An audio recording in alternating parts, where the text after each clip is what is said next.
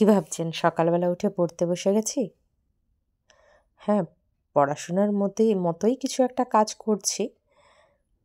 বলছি কি করছি।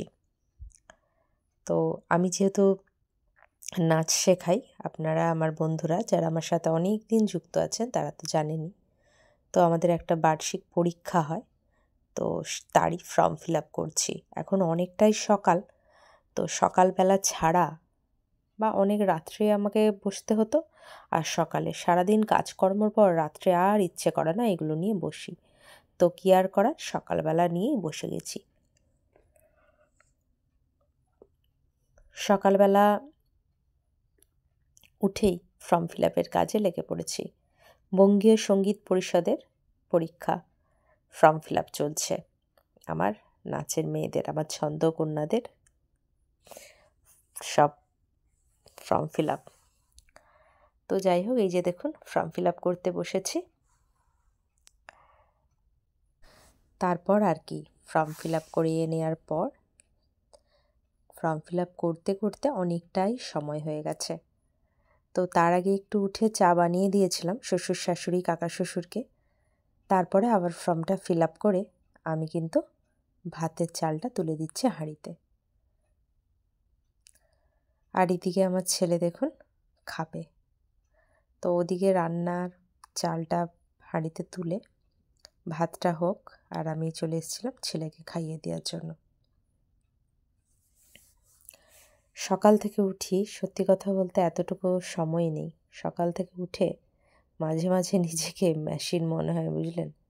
সকালবেলা উঠলাম, কাজকর্ম সারলাম, বাড়ির কাজকর্ম সারলাম, তারপরে তো অফিস থাকে। তো আমার ওই যে কানে দেখুন হেডফোন গুঁজা রয়েছে, আমার কিন্তু অফিসের কাজ চলছে। যাই হোক, আমি এখানে আনাজ কাটছি। তো আজকে রান্না করব, আমার হাতে দেখতেই পাচ্ছেন পালং শাক। পালং শাকের তরকারি হবে। এদিকে পালং শাক তো কাটা হয়ে গেছে, আর এদিকে আলু কেটে নিয়েছিলাম। আগের দিন রাত্রেবেলায় একটু মাংস আনা হয়েছিল, তো রাত্রে খাওয়া হয়েছে। আর সকালে রেখে দেওয়া হয়েছিল কিছুটা, খুব বেশি না, অল্প একটুই মাংস, আপনারা দেখতেই পাচ্ছেন। ওই দু পিস করে হবে। এবার বলে দিই, আমাদের বাড়িতে মানে 2-3 জন মাংস খাবে না।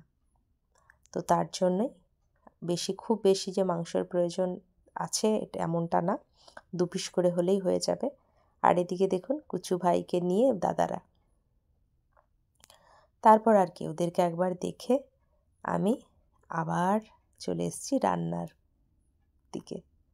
এখানে আমি আজকে মাংসটা করেছিলাম কাঁচা লঙ্কা দিয়ে, দেখুন একটু সবুজ সবুজ লাগছে। ধনেপাতাটা ছিল না, তার জন্য ধনেপাতাটা দেওয়া হয়নি। তো মাছ ভাজাও করেছিলাম, সেটা আর দেখানো হয়নি।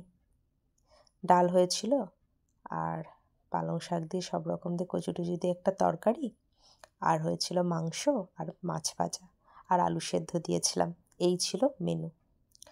তারপরে কি, মুড়ি খেতে বসে গেছি। তো মুড়ি খাওয়ার পরে ছেলে বলল, মা আমাকে না একটু পেঁপে মেখে দাও। ব্যাস, আর কি, ছেলের জন্য একটু পেঁপে মাখা করলাম। তো পেঁপেটা ছেলের জন্য মেখেছিলাম কাঁচা লঙ্কা আর জলজিরা, সামান্য একটু নুন দিয়ে ভালো করে পেঁপেটা মেখেছিলাম। যেসব বাচ্চারা পেঁপে খেতে চায় না, আপনারা না একবার এরকম করে খাওয়াবেন, এতে কিন্তু বেশ সুন্দর লাগে ওদের খেতে। আপনারা একটু ঝাড়নিতে ঝেড়েও নিতে পারেন, ঝেড়ে নুন লঙ্কা দিয়েও মাখতে পারেন। তাতে কি হয় বলুন তো, কচকচে ভাবটা লাগবে না, মিহি করে একদম ভালোভাবে থাকবে মাখা হয়ে, তাতেও খেতে ভালো লাগবে। তবে আমার ছেলে বলছিল ওরকম করেই মেখে দিতে, আমি ওরকম করেই মেখে দিয়েছিলাম। পেয়ারার মতন কচকচ করে খাচ্ছিলাম, দিয়ে আমিও একটু খাচ্ছিলাম, আমার ছেলেও একটু খাচ্ছিল। আপনারাও একবার খেয়ে দেবেন, খুব ভালো লাগবে।